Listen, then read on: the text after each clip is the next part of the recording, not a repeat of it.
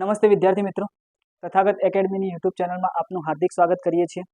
Police PSI માટે પાયાથી ગણિત શીખવા માટે જે ઓનલાઈન બેચની શરૂઆત કરી છે એ અંતર્ગત એક વિડીયો ઓલરેડી આપણી યુટ્યુબ ચેનલ ઉપર મુકાઈ ગયો છે અને આજે આપણે સંખ્યા પદ્ધતિનો ભાગ 2 લઈ અને આપની સમક્ષ હાજર થયા છીએ। બરાબર, તો પહેલા ભાગના અંદર આપણે સંખ્યાઓની વાત કરી હતી, કયા કયા પ્રકારની સંખ્યાઓ આવે છે અને કઈ કઈ સંખ્યાઓ તમારી ઇમ્પોર્ટન્ટ થઈ જાય છે। એના અંદર મેં તમને કીધું હતું કે ભાઈ તમારી અવિભાજ્ય સંખ્યાઓ છે, પછી તમારી વિભાજ્ય સંખ્યાઓ છે, એકી સંખ્યાઓ, બેકી સંખ્યાઓ, આ તમારી મોસ્ટ આઈએમપી સંખ્યાઓ થઈ જાય છે, જેના વિશે તમને ખબર હોવી જોઈએ।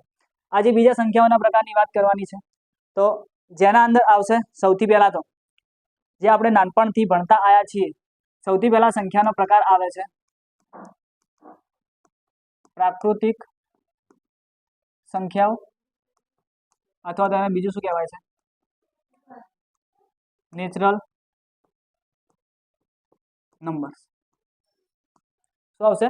પ્રાકૃતિક સંખ્યાઓ, અથવા તો એને બીજું શું કહેવાશે, નેચરલ નંબર્સ। તો નેચરલ નંબરના અંદર કયા કયા નંબર આવશે? તો નેચરલ નંબરના અંદર આવશે 1 2 3 4 5 6 7 8 ત્યાંથી લઈ અને અનંત સુધી, એટલે કે ઇન્ફાઇનાઇટ સુધી તમારા શું આવશે? પ્રાકૃતિક સંખ્યાઓ આવશે। બરાબર, હવે આ સંખ્યાઓને પ્રાકૃતિક સંખ્યાઓ કેમ કહેવાય છે? કેમ? કારણ કે જ્યારે પ્રકૃતિ બની ત્યારથી લઈ અને આ સંખ્યાઓ પૃથ્વી પર હાજર છે। તમે એવું સાંભળ્યું હશે કે ભાઈ આર્યભટ્ટે 0 ની શોધ કરી, તમે એવું સાંભળ્યું હશે કે આર્યભટ્ટે 0 ની શોધ કરી, પણ તમે કોઈ દિવસ એવું સાંભળ્યું કે 1 નંબરની શોધ થઈ હોય, અથવા તો 50 ની શોધ થઈ હોય, અથવા તો 25 ની શોધ થઈ હોય? એવું કોઈ જગ્યાએ થતું નથી। આ નંબર્સ એવા છે કે જે પ્રકૃતિના અંદર પહેલેથી શું છે? હાજર છે। એટલા માટે આને આપણે શું કહીશું? પ્રાકૃતિક સંખ્યાઓ અથવા તો નેચરલ નંબર્સ। આને જો આપણે ડિનોટ કરવું હોય તો આને આપણે શેના વડે ડિનોટ કરી શકીએ છીએ? n વડે ડિનોટ કરી શકીએ છીએ। હવે એ જ રીતે જો કોઈ મને એમ પૂછે કે ભાઈ સૌથી નાની પ્રાકૃતિક સંખ્યા કઈ, તો તમને અહીંયા દેખાય છે કે સૌથી નાની પ્રાકૃતિક સંખ્યા મારી કઈ આવશે? 1। તો સૌથી નાની પ્રાકૃતિક સંખ્યા કેટલી આવશે? 1। સૌથી નાની પ્રાકૃતિક સંખ્યા કેટલી આવશે? 1 આવશે। અને જો મારે પ્રાકૃતિક સંખ્યાની ગણતરી કરવી હોય કે પ્રાકૃતિક સંખ્યાઓ કેટલી છે, તો શું હું કોઈ દિવસ પ્રાકૃતિક સંખ્યાઓની ગણતરી કરી શકીશ? કોઈ દિવસ કરી શકીશ નહીં। તો પ્રાકૃતિક સંખ્યાઓ કેટલી આવશે? તો પ્રાકૃતિક સંખ્યાઓ અનંત સુધી આવશે। ક્યાં સુધી આવશે? અનંત સુધી તમારી પ્રાકૃતિક સંખ્યાઓ આવશે। બરાબર, તો આ વાત કરી આપણે પ્રાકૃતિક સંખ્યાઓની। બરાબર, એના પછી વાત કરવાની છે પૂર્ણ સંખ્યાઓ। એના પછી બીજા નંબરની કઈ સંખ્યાઓ આવશે તમારી? પૂર્ણ સંખ્યાઓ। તો પ્રાકૃતિક સંખ્યાઓના અંદર પૂર્ણ સંખ્યાઓ, તો જ્યારે આપણે પ્રાકૃતિક સંખ્યાઓના અંદર 0 ને એડ કરી દઈએ છીએ, કોને એડ કરી દઈએ છીએ? 0 ને, ત્યારે એ આપણી શું થઈ જાય છે? પૂર્ણ સંખ્યાઓ। પૂર્ણ સંખ્યાઓને ઇંગ્લિશના અંદર શું કહેવાશે? Whole numbers. અને એને શેના વડે દર્શાવાય છે? W વડે દર્શાવાય છે। તો હોલ નંબર્સના અંદર કયા કયા નંબર આવશે? એક તો તમારી જેટલી પણ પ્રાકૃતિક સંખ્યાઓ તે બધી સંખ્યાઓ આવશે, વત્તા એના અંદર શું આવશે? 0 આવશે। તો પૂર્ણ સંખ્યાઓના અંદર 0 1 2 3 4 5 6 એમ અનંત સુધી તમારી પૂર્ણ સંખ્યાઓ આવશે। એમ અનંત સુધી તમારી શું આવશે? પૂર્ણ સંખ્યાઓ આવશે। હવે કોઈ તમને એમ પૂછે કે ભાઈ સૌથી નાની પૂર્ણ સંખ્યા કઈ? સૌથી નાની પૂર્ણ સંખ્યા, તો સૌથી નાની પૂર્ણ સંખ્યા તમારી કઈ આવશે? 0। સૌથી નાની પૂર્ણ સંખ્યા તમારી કઈ આવશે? 0 આવશે। અને કોઈ તમને એમ પૂછે કે ભાઈ સૌથી મોટી પૂર્ણ સંખ્યા કઈ? તો સૌથી મોટી પૂર્ણ સંખ્યા તમને કોઈ દિવસ મળી શકે નહીં। બરાબર, અને પૂર્ણ સંખ્યાઓની વાત કરીએ તો પૂર્ણ સંખ્યાઓ તમારી ક્યાં સુધી ફેલાયેલી છે? અનંત સુધી ફેલાયેલી છે। મતલબ કે પૂર્ણ સંખ્યાઓનો કોઈ પણ છેડો આપણને મળશે નહીં। હવે એના અંદરથી ઘણી વખત વન લાઇનરના અંદર એક ક્વેશ્ચન આવે, દરેક પૂર્ણ સંખ્યા પ્રાકૃતિક સંખ્યા છે. વિધાન સાચું કે ખોટું? તો તમને અહીંયા એમ પૂછ્યું કે દરેક પૂર્ણ સંખ્યા પ્રાકૃતિક સંખ્યા છે, વિધાન સાચું કે ખોટું? તો ભાઈ દરેક પૂર્ણ સંખ્યા પ્રાકૃતિક સંખ્યા થશે? નહીં થાય. કેમ? કારણ કે પૂર્ણ સંખ્યાના અંદર જો આપણે 1 થી ઇન્ફાઇનાઇટ સુધી વાત કરીએ તો એ તો તમારા પ્રાકૃતિક સંખ્યાઓના અંદર આવી જશે, પણ આ જે 0 વધ્યો, આ જે 0 વધ્યો એ તમારો પ્રાકૃતિક સંખ્યાના અંદર આવતો નથી. એટલે જો તમને વિધાન આપ્યું હોય કે દરેક પૂર્ણ સંખ્યા પ્રાકૃતિક સંખ્યા છે, તો આ વિધાન તમારું કેવું પડશે? ખોટું પડશે. કેમ? કારણ કે 0 નો સમાવેશ પ્રાકૃતિક સંખ્યાના અંદર થતો નથી. પણ જો તમને આ રીતે આપ્યું હોય દરેક પ્રાકૃતિક સંખ્યા પૂર્ણ સંખ્યા છે, વિધાન સાચું કે ખોટું? તો આ વિધાન તમારું કેવું પડશે? સાચું પડશે. કેમ? કારણ કે પ્રાકૃતિક સંખ્યા હતી, પ્રાકૃતિક સંખ્યાઓ કેટલી હતી? 1 થી ઇન્ફાઇનાઇટ સુધી. તો 1 થી ઇન્ફાઇનાઇટ સુધીની જેટલી પણ પ્રાકૃતિક સંખ્યાઓ હતી એ બધી જ પ્રાકૃતિક સંખ્યાઓ શેના અંદર આવે છે? પૂર્ણ સંખ્યાના અંદર આવે છે. એનો મતલબ કે દરેક પ્રાકૃતિક સંખ્યા એ પૂર્ણ સંખ્યા છે. આ વિધાન તમારા માટે કેવું પડશે? સાચું પડશે. બરાબર? તો આ વસ્તુનું ધ્યાન રાખજો. અમુક વખતે આવા વન લાઇનર ક્વેશ્ચન ક્લાસ 3 ની એક્ઝામના અંદર પૂછાતા હોય, જેમ કે બેલીફની વાત કરીએ, બરાબર, અથવા બીજી કોઈ ક્લાસ 3 ની એક્ઝામ હોય તો એના અંદર ઘણી બધી વખત આવા ક્વેશ્ચન પૂછાતા હોય છે. તો પૂર્ણ સંખ્યાઓની વાત કરી લીધી. હવે વાત કરીશું પૂર્ણાંક સંખ્યાઓની. શું આવશે તમારી? પૂર્ણાંક સંખ્યાઓ, જેને ઇંગ્લિશના અંદર કહેવાય છે ઇન્ટીજર, અને એને ડિનોટ કરાય છે ઝેડ વડે. એના વડે ડિનોટ કરાય છે ઝેડ વડે. ઝેડ નો મતલબ થાય છે ઝેહલન. બરાબર? એટલા માટે એને કયા વડે દર્શાવાય છે? ઝેડ વડે દર્શાવાય છે. હવે પૂર્ણાંક સંખ્યાઓ કોને કહીશું? તો જે તમારી પૂર્ણ સંખ્યાઓ હતી એ પૂર્ણ સંખ્યાઓના અંદર જો આપણે ઋણ પૂર્ણાંકને ઉમેરી દઈએ છીએ તો એ આપણા માટે શું થઈ જશે? પૂર્ણાંક સંખ્યાઓ થઈ જશે. તો જો મારે પૂર્ણાંક સંખ્યાઓ લખવી હોય તો 0, 1, 2, 3, 4 ઇન્ફાઇનાઇટ સુધી, અને આ બાજુ -1, -2, -3, -4 ઇન્ફાઇનાઇટ સુધી. તો આ તમારી શું થઈ ગઈ? પૂર્ણાંક સંખ્યાઓ. તો પૂર્ણાંક સંખ્યાઓ મારે લખવી હોય તો પૂર્ણાંક સંખ્યાઓને હું કઈ રીતે લખી શકું? કે ભાઈ પૂર્ણાંક સંખ્યાઓ રહી એના બરાબર હું શું લખી શકું? પૂર્ણ સંખ્યાઓ વત્તા બીજું શું આવશે? ઋણ પૂર્ણાંક. બીજું શું આવશે? ઋણ પૂર્ણાંક. 0 થી લઈ અને ઇન્ફાઇનાઇટ સુધી તમારી શું આવશે? પૂર્ણ સંખ્યાઓ આવશે, અને એના અંદર આપણે બીજું શું એડ કર્યું? આપણા ઋણ પૂર્ણાંક એડ કર્યા. તો પૂર્ણાંક સંખ્યાઓના અંદર શું આવશે? પૂર્ણ સંખ્યાઓ વત્તા ઋણ પૂર્ણાંક. અથવા તો એને તમારે બીજી રીતે લખવું હોય તો આ રીતે પણ લખી શકો કે એક તો આવશે તમારો ધન પૂર્ણાંક વત્તા એના અંદર બીજું શું આવશે? 0 અથવા 0, અને એના સિવાય એના અંદર બીજું શું એડ થશે? ઋણ પૂર્ણાંક એડ થશે. બરાબર? તો પૂર્ણાંક સંખ્યાઓ રહી એના અંદર શું આવશે? ધન પૂર્ણાંક આવશે, 0 આવશે, અને બીજું શું આવશે? ઋણ પૂર્ણાંક આવશે. બીજી વાત કરીએ પૂર્ણાંક સંખ્યાઓની. તો કોઈ મને એવું પૂછે કે ભાઈ સૌથી મોટો અથવા તો સૌથી મોટી પૂર્ણાંક સંખ્યા કઈ? તો સૌથી મોટી પૂર્ણાંક સંખ્યા તમને કોઈ દિવસ મળી શકશે? સૌથી મોટી પૂર્ણાંક સંખ્યા તમને કોઈ દિવસ મળી શકશે? નહીં મળી શકે. કેમ? કારણ કે આ ક્યાં સુધી ફેલાયેલું છે? અનંત સુધી ફેલાયેલું છે. બરાબર? પણ કોઈ મને એમ પૂછે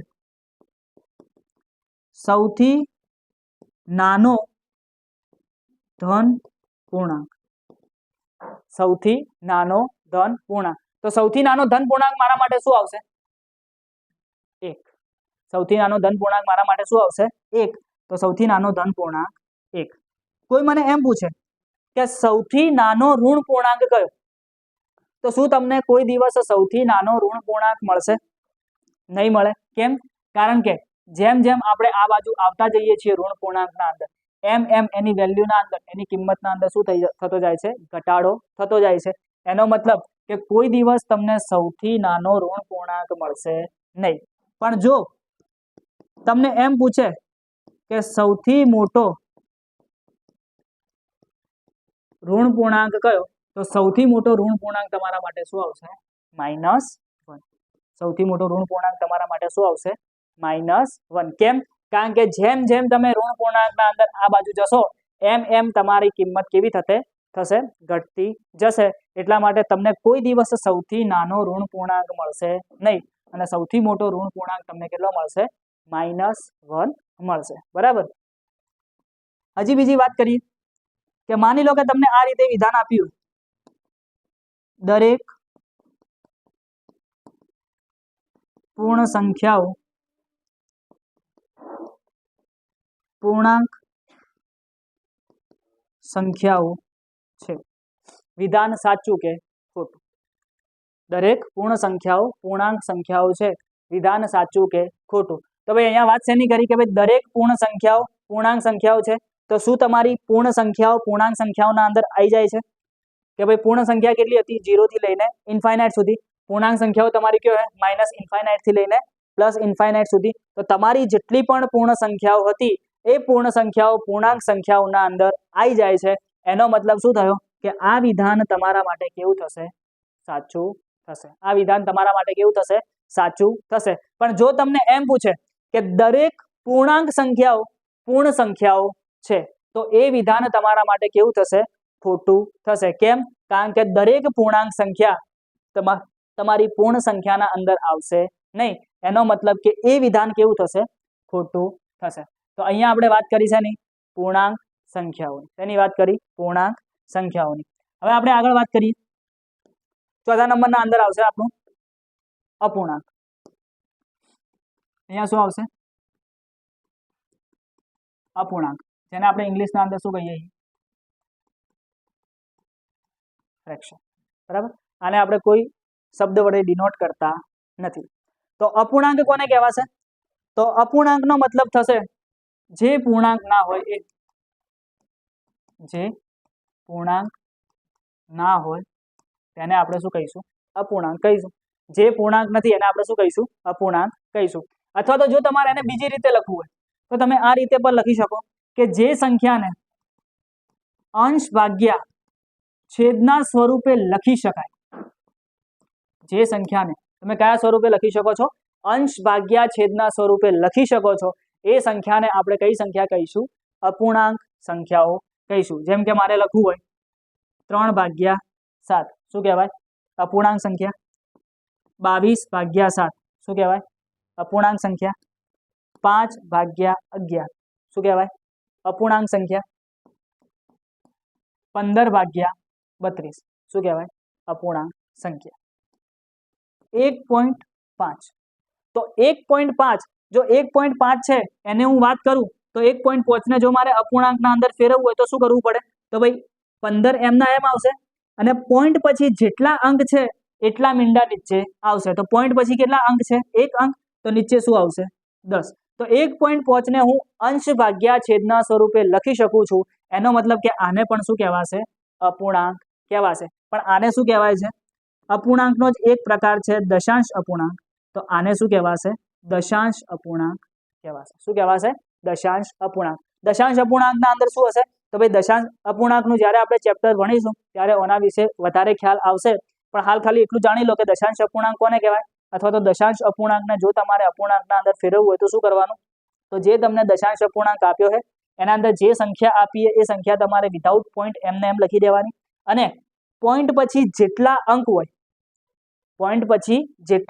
હોય એટલા મીંડા તમારે નીચે મૂકવાના. બરાબર. પોઈન્ટ પછી 1 અંક है तो નીચે 1 0 આવ્યો.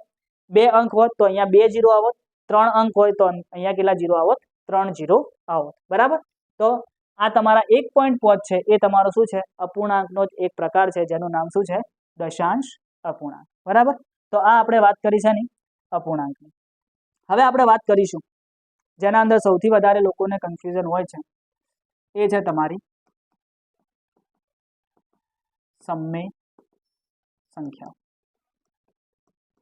શું છે? સમમેય સંખ્યાઓ. સમમેય સંખ્યાઓને શું કહેવાશે? Rational numbers. અને શું કહેવાય છે? Rational number. અને આને દર્શાવાય છે ક્યુ વડે. શેના વડે દર્શાવાય છે? ક્યુ વડે દર્શાવાય છે. ક્યુ નો મતલબ થાય છે ક્વોશન્ટ.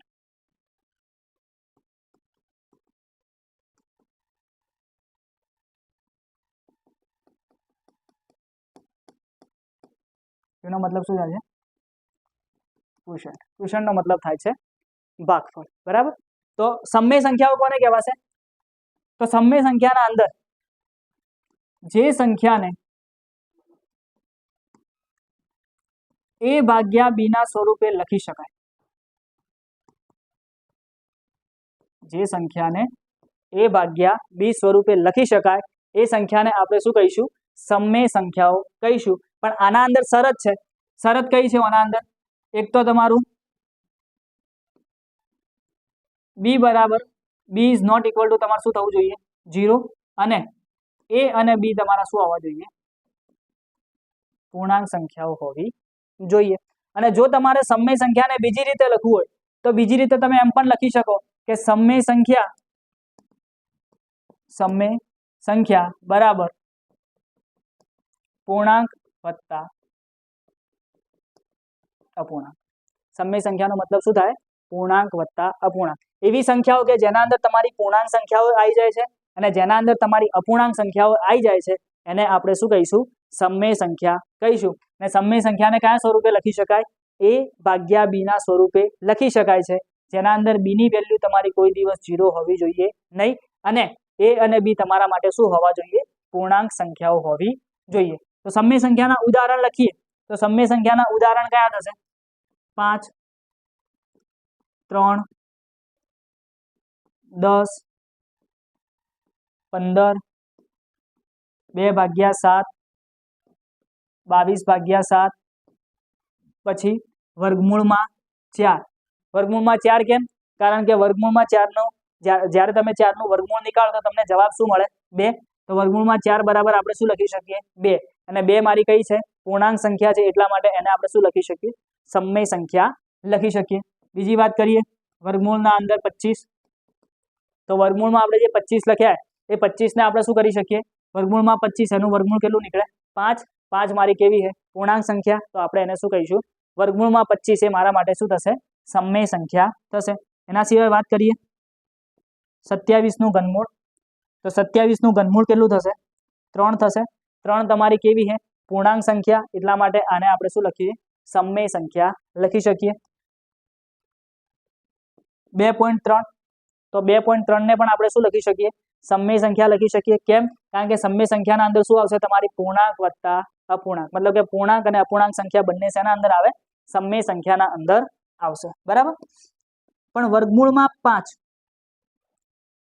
તો વર્ગમૂળમાં જે 5 લખ્યા છે એ વર્ગમૂળમાં 5 ને આપણે સમય સંખ્યા તરીકે લખી શકીશું નહીં. કેમ? કારણ કે આનો જવાબ તમને શેના અંદર મળશે? 2.41 સમથિંગ ના અંદર મળશે. તો જે વર્ગમૂળના 5 રહ્યા એને આપણે સમય સંખ્યા તરીકે લખી શકીએ નહીં.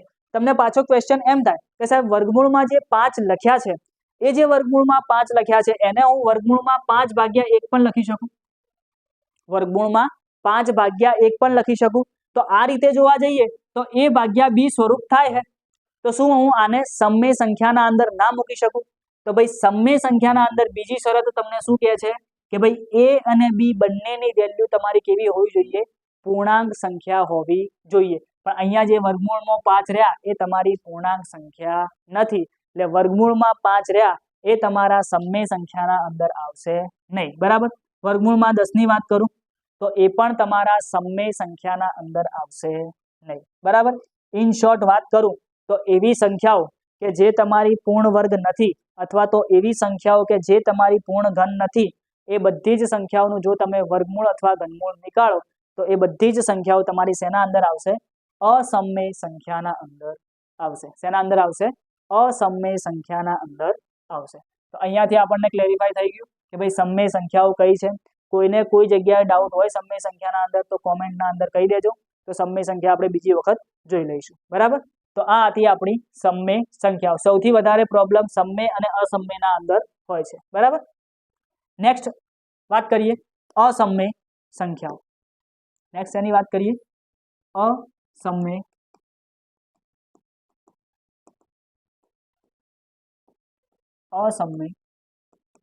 સંખ્યાઓ. અસમય સંખ્યાઓને શું કહેવાશે? Irrational number. અને શું કહેવાશે? Irrational number. તો અસમય સંખ્યાઓ કોને કહેવાય? તો જે સંખ્યાઓ સમય નથી, જે સંખ્યાઓ સમય નથી તેને શું કહેવાશે? અસમય સંખ્યાઓ કહેવાશે. જે સંખ્યાઓ સમય નથી એને આપણે શું કહીશું? અસમય સંખ્યાઓ કહીશું. તો અસમય સંખ્યાઓના અંદર કઈ કઈ સંખ્યાઓ આવશે? તો અસમય સંખ્યાઓના અંદર આવશે વર્ગમૂળમાં 5, વર્ગમૂળમાં 15, ઘનમૂળમાં 29, પાઈ, પાઈ શેના અંદર આવશે? અસમયના અંદર આવશે. ઈ પણ શેના અંદર આવશે? અસમયના અંદર આવશે. તો પાછું તમને કન્ફ્યુઝન થયું કે સાહેબ તમે હાલ પાઈ અસમયના અંદર લખી છે, પણ એના આગળની જે સ્લાઇડ હતી એના અંદર તો પાઈની જે કિંમત હતી 22/7 એને તો તમે શેના અંદર લખી હતી? સમયના અંદર લખી હતી.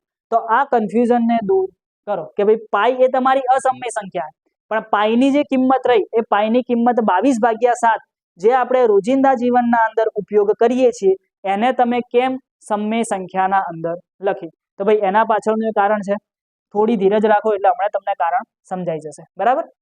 હવે એકચ્યુઅલી ના અંદર આપણે જે પાઈની વેલ્યુ લઈએ છીએ, બરાબર, પાઈની આપણે જે કિંમત લઈએ છીએ એ આશરે કેટલી લઈએ છીએ? 22/7. પાઈની કિંમત આપણે આશરે કેટલી લઈએ છીએ? 22/7. બરાબર? હવે જોજો, જે વસ્તુ કહું એ વસ્તુ ધ્યાનમાં રાખજો. હું લખું છું 1/2. તો 1/2 બરાબર શું થાય? 0.5. કેટલા થાય? 0.5. બરાબર? પછી હું લખું છું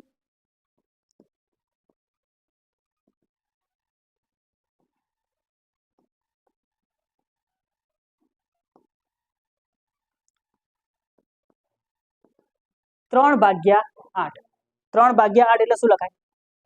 0.375. એના પછી હું લખું છું 5/3. તો 5/3 એટલે શું લખાય? તો 5/3 એટલે તમારા માટે થાય 1.6666 ઇન્ફાઇનાઇટ સુધી લખી શકાય. એના પછી હું લખું છું 1/3. તો 1/3 એટલે તમે શું કહેશો?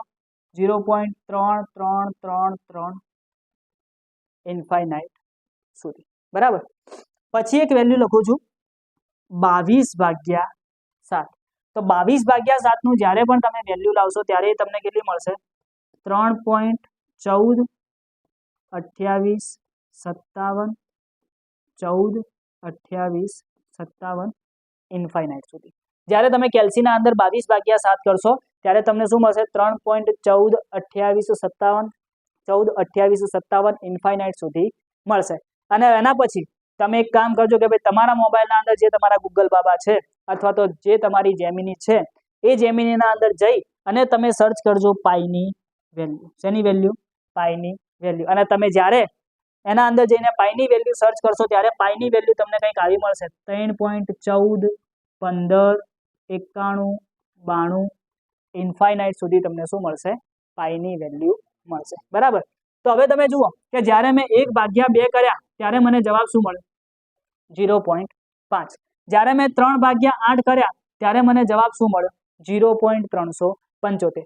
તો આ એક એવી સંખ્યાઓ છે કે જ્યારે તમે એનો ભાગાકાર કરો છો, જ્યારે તમે એનો ભાગાકાર કરો છો ત્યારે ભાગાકાર કર્યા પછી પોઈન્ટ પછી કોઈ એક જગ્યાએ જઈ અને તમારી સંખ્યા શું રહે છે? ઊભી રહે છે. કોઈ એક જગ્યાએ જઈને તમારી સંખ્યા શું થાય? ઊભી રહે છે. જેમ કે 0.5 0.375. તો એક જગ્યાએ જઈ અને તમારી સંખ્યા શું થાય છે? ઊભી રહે છે. આવી સંખ્યાઓને આપણે શું કહીશું? શાંત સંખ્યાઓ. આને આપણે શું કહીશું? શાંત સંખ્યાઓ. કે જે કોઈ એક જગ્યાએ જઈને શું કરે છે? ઊભી રહે છે. બરાબર? હવે નીચેની વાત કરીએ તો જ્યારે મેં 5/3 લખ્યું ત્યારે મને જવાબ શું મળ્યો? 1.666666 ઇન્ફાઇનાઇટ સુધી મને શું મળ્યા? 6 મળ્યા. અથવા તો જ્યારે મેં 1/3 કર્યા ત્યારે મને જવાબ શું મળ્યો? 0.33333 ઇન્ફાઇનાઇટ સુધી મને શું મળ્યું? 3 ની વેલ્યુ મળી. તો એવી સંખ્યાઓ કે જે સંખ્યાઓના અંદર પોઈન્ટ પછી કોઈ એક અંક અથવા તો કોઈ એક સંખ્યાઓ રિપીટ થતી હોય. શું થતી હોય? કોઈ એક અંક રિપીટ થતો હોય અથવા તો કોઈ સંખ્યા અથવા તો કોઈ પેટર્ન રિપીટ થતી હોય તો એને આપણે શું કહીશું?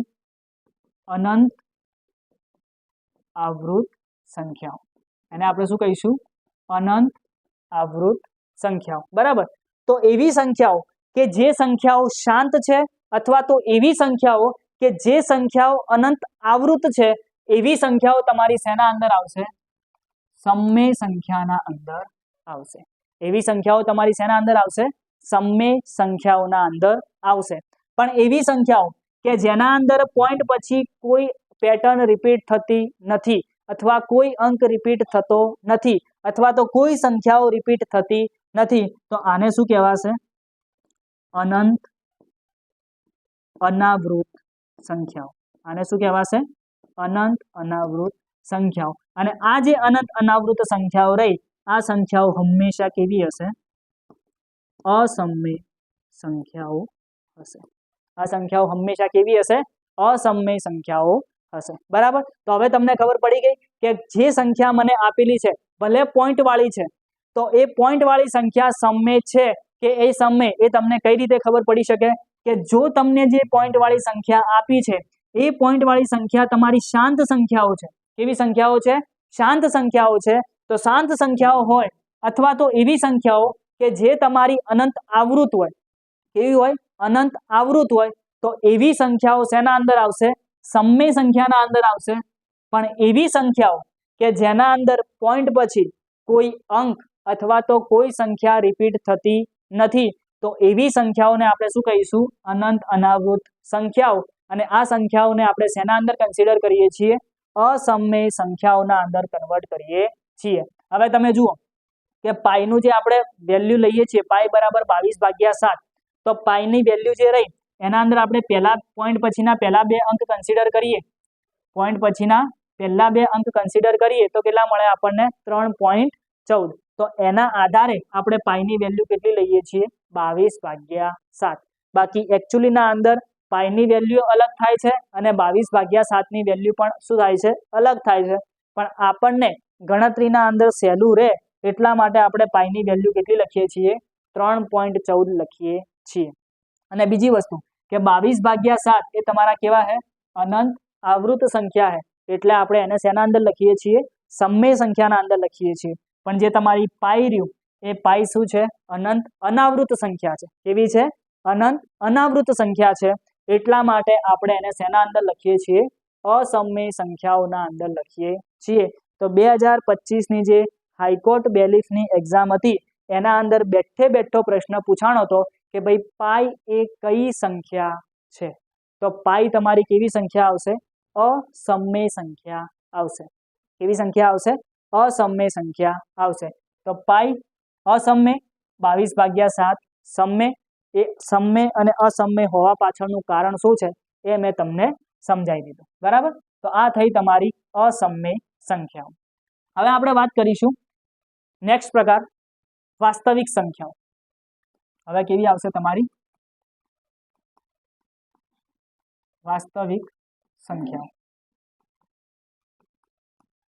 વાસ્તવિક સંખ્યાઓને ઇંગ્લિશના અંદર શું કહેવાય છે? Real number. શું કહેવાય છે? Real number. અને જો આપણે આને દર્શાવવું હોય તો કઈ રીતે દર્શાવી શકીએ? આર વડે દર્શાવી શકીએ। તો વાસ્તવિક સંખ્યાઓના અંદર કઈ કઈ સંખ્યાઓ આવશે?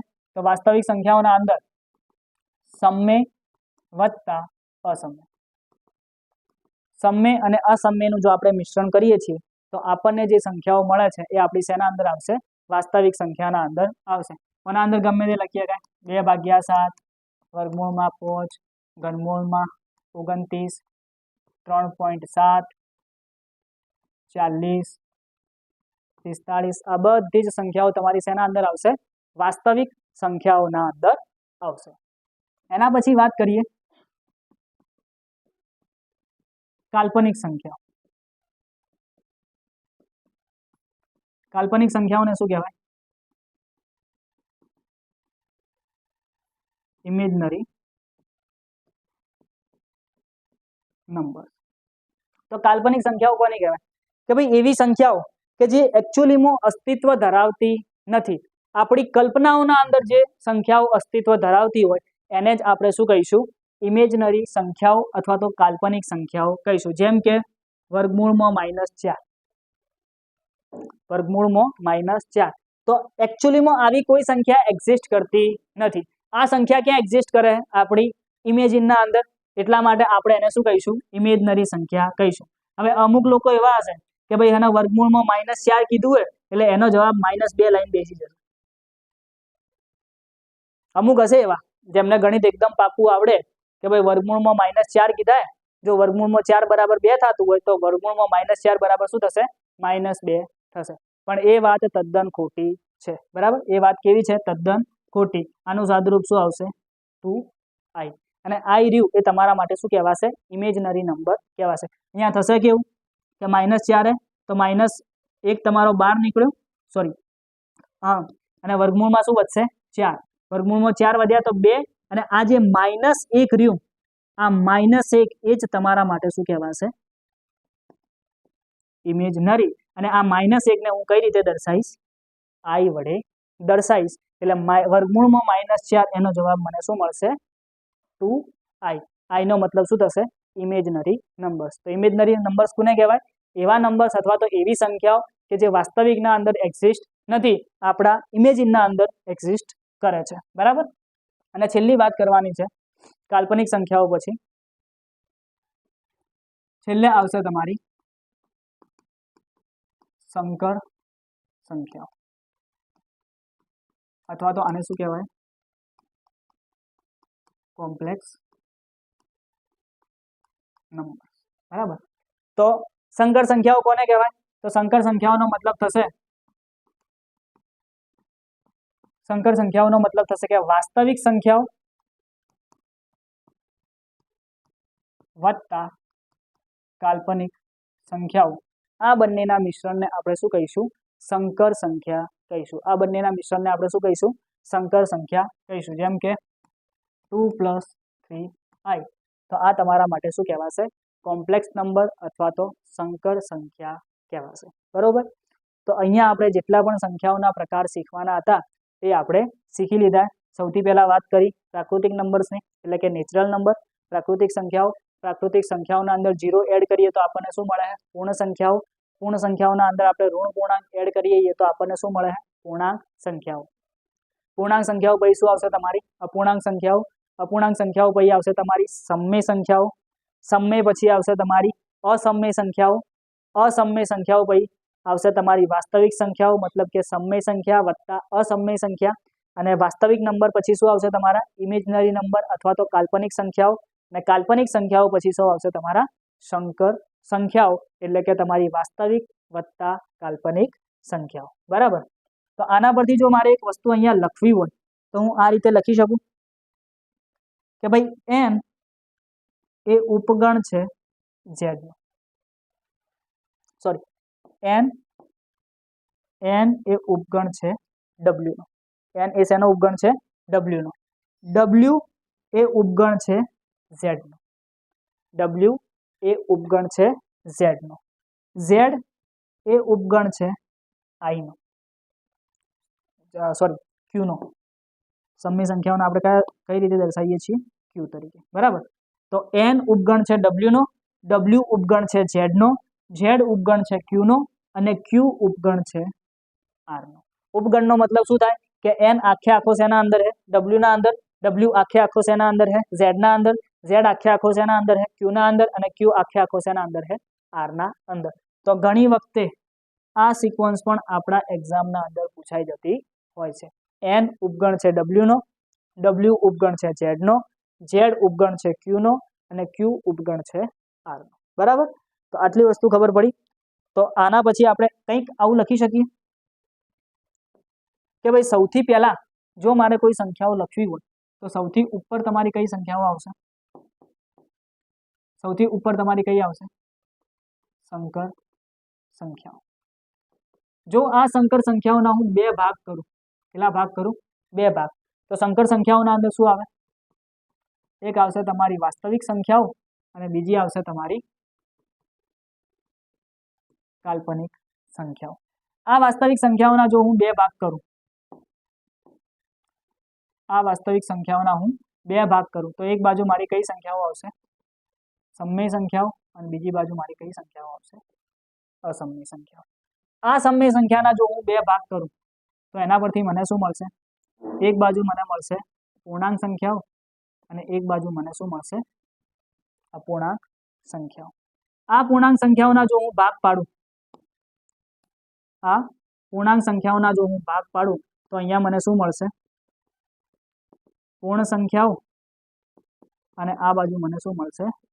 ઋણ પૂર્ણાંક. આ પૂર્ણ સંખ્યાઓના જો હું ભાગ પાડું તો મને શું મળશે? તો પૂર્ણ સંખ્યાઓ એટલે એક બાજુ શું આવશે તમારી? પ્રાકૃતિક સંખ્યાઓ અને બીજી બાજુ તમને શું મળશે? શૂન્ય મળશે. તો આ રીતે તમારે સંખ્યાઓનું જો આખું ઝાડ બનાવવું હોય તો તમે બનાવી શકો. બરાબર. હવે આના પરથી મારે તમને એક વસ્તુ કહેવાની હતી. યાદ કરો ભાઈ, જ્યારે આપણે લેક્ચર શરૂઆત થઈ ત્યારે અમુક સેન્ટેન્સ મેં તમને કીધા હતા કે ભાઈ દરેક પ્રાકૃતિક સંખ્યાઓ પૂર્ણ સંખ્યાઓ છે. વિધાન સાચું કે ખોટું? બરાબર. તો આના અંદર ઘણા બધા લોકો કન્ફ્યુઝ થતા હશે, સાહેબ એને પ્રાકૃતિક સંખ્યાઓ કીધી હે, પૂર્ણ સંખ્યાઓ કીધી હે, સાચું કઈ રીતે થશે ને ખોટું કઈ રીતે થશે? તો જો એક સિમ્પલ વસ્તુ યાદ રાખજો કે અહીંયા તમને શું કીધું છે? દરેક પ્રાકૃતિક સંખ્યાઓ પૂર્ણ સંખ્યાઓ છે. દરેક પ્રાકૃતિક સંખ્યાઓ પૂર્ણ સંખ્યાઓ છે. તો એના અંદર એક વસ્તુ યાદ રાખજો કે જ્યારે તમે નીચેથી ઉપરની બાજુ જતા હોય, શું જતા હોય? નીચેથી ઉપરની બાજુ. પ્રાકૃતિક સંખ્યાઓ પૂર્ણ સંખ્યાઓ છે. પ્રાકૃતિક સંખ્યાઓ પૂર્ણ સંખ્યાઓ છે. તો જ્યારે તમે નીચેથી ઉપરની બાજુ જશો ત્યારે હંમેશા એ વિધાન તમારું કેવું થશે? સાચું થશે. જ્યારે તમે નીચેથી ઉપરની બાજુ જશો ત્યારે આ વિધાન હંમેશા તમારું કેવું થશે? સાચું થશે. અને જો તમે ઉપરથી નીચેની બાજુ આવશો, શું કરશો? ઉપરથી નીચેની બાજુ આવશો તો હંમેશા વિધાન તમારું કેવું થશે? ખોટું થશે. હંમેશા વિધાન તમારું કેવું થશે? ખોટું થશે. જેમ કે અહીંયા એક બીજું ઉદાહરણ લઈ લો એટલે તમને થોડો વધારે ખ્યાલ આવે. દરેક પૂર્ણ સંખ્યાઓ સમય સંખ્યાઓ છે. તો દરેક પૂર્ણ સંખ્યા ક્યાં है? અહીંયા. સમય સંખ્યા છે. સમય ક્યાં है? અહીંયા. તો નીચેથી કઈ બાજુ જવાનું? ઉપરની બાજુ. તો નીચેથી ઉપરની બાજુ જાઓ તો હંમેશા તમારું આ વિધાન કેવું થશે? સાચું થશે. આ વિધાન હંમેશા તમારું કેવું થશે? સાચું થશે. પણ માની લો કે તમને આ રીતે આપેલું, દરેક સમય સંખ્યા પૂર્ણાંક સંખ્યા છે. તો સમય સંખ્યા કઈ બાજુ है? આ બાજુ. પૂર્ણાંક સંખ્યા કઈ બાજુ है? નીચેની બાજુ. તો ઉપરથી તમે કઈ બાજુ આવો છો? નીચેની બાજુ. અને ઉપરથી નીચેની બાજુ આવો તો આ વિધાન હંમેશા તમારું કેવું થશે? ખોટું થશે. આ વિધાન હંમેશા કેવું થશે? ખોટું થશે. તો જો તમને ફક્ત આ ઝાડ યાદ રહી જાય, જો ફક્ત તમને આ ઝાડ યાદ રહી જાય તો એના પરથી આ પ્રકારના જે પ્રશ્નો પૂછાશે, આ પ્રકારના જે પ્રશ્નો પૂછાશે એ પ્રશ્નો સાચા, એ પ્રશ્નોના જવાબ સાચા છે કે ખોટા એ તમે શું કરી શકશો? ઇઝીલી ફાઇન્ડ કરી શકશો. બરાબર. તો આટલું હતું આપણા સંખ્યાઓના પ્રકાર. આના અંદરથી ઘણી વખતે વિધાન સ્વરૂપે પ્રશ્નો પૂછાય છે કે ભાઈ નીચેનામાંથી કઈ સંખ્યાઓ શેના અંદર આવશે, અથવા નીચેનામાંથી પૂર્ણાંક સંખ્યાઓ કઈ, અથવા તો નીચેનામાંથી કઈ સંખ્યાઓનો સમય સંખ્યાના અંદર સમાવેશ કરી શકાય છે, અથવા તો પાઈ સમય છે કે અસમય છે, 22/7 એ તમારી સમય છે કે અસમય છે. એવા ઘણા બધા પ્રશ્નો ક્લાસ 3 ની એક્ઝામના અંદર પૂછાતા હોય છે વિધાન સ્વરૂપે. બરાબર. તો આ બધી જ વસ્તુને ધ્યાન રાખવાની. અહીંયા આપણું જે સંખ્યા પદ્ધતિવાળું પહેલું ચેપ્ટર હતું એ પહેલું ચેપ્ટર અહીંયા પૂરું થાય છે. હું આશા રાખું છું કે ભાઈ એને દરેક વિડીયો તમે જોશો અને પાયાથી જે લોકોને ગણિત આવડતું નથી એ લોકો આ વિડીયો જોઈ અને થોડું ઘણું ગણિતના અંદર ઇમ્પ્રુવમેન્ટ લાવશે. બરાબર. જય હિન્દ, જય ભારત.